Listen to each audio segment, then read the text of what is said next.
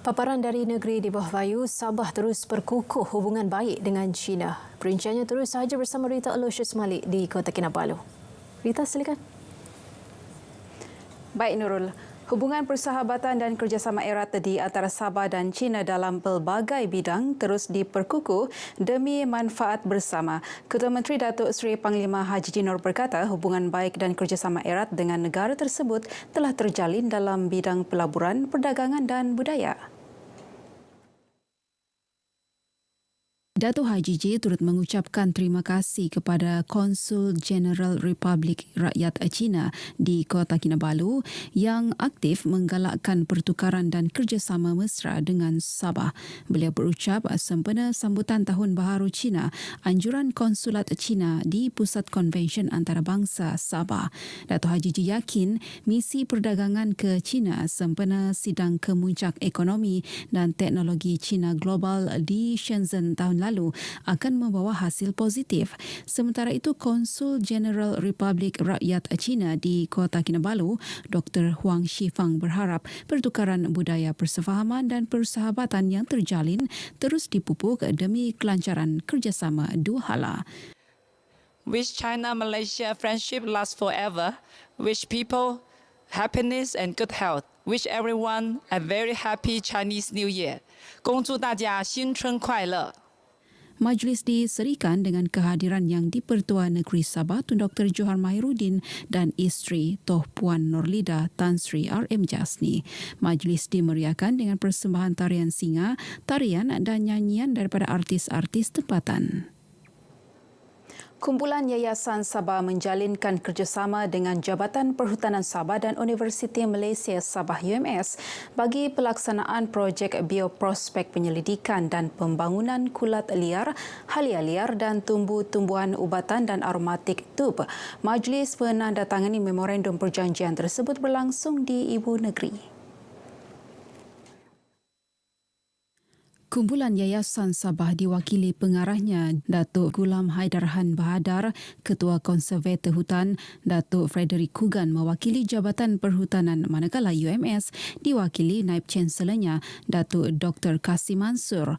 Majlis disaksikan Menteri Sains, Teknologi dan Inovasi Datuk Dr. Muhammad Arifin Muhammad Arif. Projek itu bertujuan mengidentifikasi spesies kulat liar dan halia liar khususnya tuhau yang berpotensi dikomersilkan sebagai langkah proaktif mengatasi ancaman terhadap sekuriti makanan secara global. Ia dijalankan di kawasan konservasi Lembah Danum, Lembangan Maliau, Imbak Canyon dan kawasan pemeliharaan lain di bawah seliaan Kumpulan Yayasan Sabah. Tahniah kepada Yayasan Sabah kerana berkolaborasi berterusan dengan agensi yang berkaitan dengan penyelidikan, dan kita harap hasil daripada ini akan mendatangkan manfaat dari segi penyelidikan, kedua dari segi produk yang dihasilkan daripada hasil hutan kita. Datuk Arifin turut melancarkan buku bertajuk Kehidupan dan Adat Suku Kaum Murut Tanggala Kampung Inarad Tongod dan Kepercayaan Ritual dan Adat Suku Tombonuo, Lingkabau, Sugut, terbitan Kumpulan Yayasan Sabah. Jabatan Perangkaan Malaysia Negeri Sabah DOSEM mensasarkan 1.72 juta penduduk Sabah mendaftar dalam sistem pengkalan data utama padu menjelang 31 Mac ini. Jumlah itu berdasarkan bilangan penduduk Sabah berumur 18 tahun dan ke atas yang layak mendaftar dalam sistem berkenaan. Pengarahnya, Muhammad Amri Idris optimis sasaran ini mampu dicapai berdasarkan tren pertambahan bilangan pendaftaran setiap hari.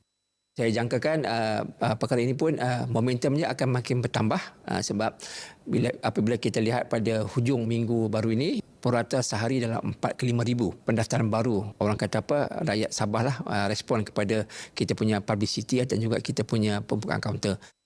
Beliau ditemui pemberita RTM selepas menjadi tetamu segmen Sembang Ekspresi Sabah FM di Kota Kinabalu. Setakat 21 Januari lalu, jumlah yang telah mendaftar dalam sistem padu adalah 6.7%. Dalam pada itu, Muhammad Amri berkata, DOSEM turut melaksana pelbagai strategi untuk memastikan sasaran tersebut tercapai, antaranya dengan membuka kaunter padu di kawasan hotspot yang dikenal pasti. Bagi kawasan pedalaman, pihaknya akan menggerakkan pasukan khas Flying Squad bermula Februari depan khusus untuk membantu masyarakat luar bandar mendaftar dan mengemaskini maklumat. Lapangan terbang Tawau menerima ketibaan penerbangan sulung pesawat Firefly FY3831 yang membawa 158 pelancong dari bandar Nanjing, China kira-kira 5.50 pagi tadi. Ketibaan mereka disambut Timbalan Ketua Pengarah Tourism Malaysia Manoharan Priyasami dan Timbalan Pengarah Tourism Malaysia Tracy J. Tojuka. Bercakap kepada pemberita, Manoharan berkata penerbangan ini merupakan hasil lawatan kerja Menteri Pelancongan Datuk Seri Tiong King Sing ke China Disember tahun lalu. Ia merupakan langkah proaktif bagi mencapai sasaran ketibaan 5 juta pelancong China ke Malaysia. Ini salah satu daripada usaha untuk welcome our visit Malaysia year 2026. Jadi ini merupakan salah satu daripada aktiviti-aktiviti promosi. Jadi kita menjangkakan pada tahun 2026 lebih banyak lagi penerbangan yang akan datang, khususnya penerbangan terus. Penerbangan sewa khas ke Tawau dari Bandar Nanjing, China beroperasi 3 kali seminggu sehingga 30 Mac 2024.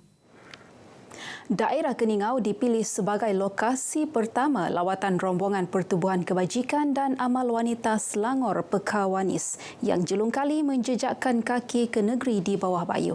Rombongan tersebut diketuai yang dipertuanya Datuk Sri Mas Diana Muhammad, isteri kepada Menteri Besar Selangor. Lawatan rombongan Pekawanis ini diiringi Yang di-Pertua Pertubuhan Muafakat Titipan Amal Isteri Wakil Rakyat Gabungan Rakyat Sabah Mutiara GRS Datin Seri Panglima Julia Salag, isteri kepada Ketua Menteri Sabah.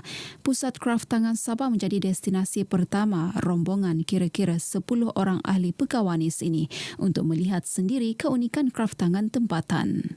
Ini adalah satu kata boleh dikira sebagai satu usaha yang baiklah yang Datin Sri bawa saya ke sini dan kawan-kawan, di mana kami juga boleh mempromosikan kraftangan yang ada di sini di negeri Selangor.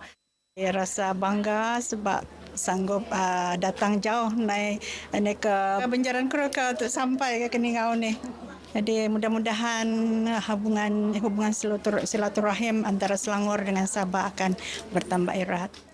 Rombongan ini turut disajikan dengan tarian kebudayaan Tambalang, Sumayau dan Sumirid dari suku kaum Dusun Gana dan Dusun Liwan oleh Kelab Budaya di Olumis dan sekebun tari dari SK Bundu Apin-Apin, Keningau.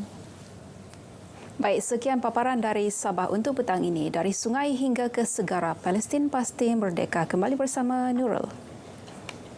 Rita Aloysius Malik, terima kasih atas perincian daripada Sabah itu.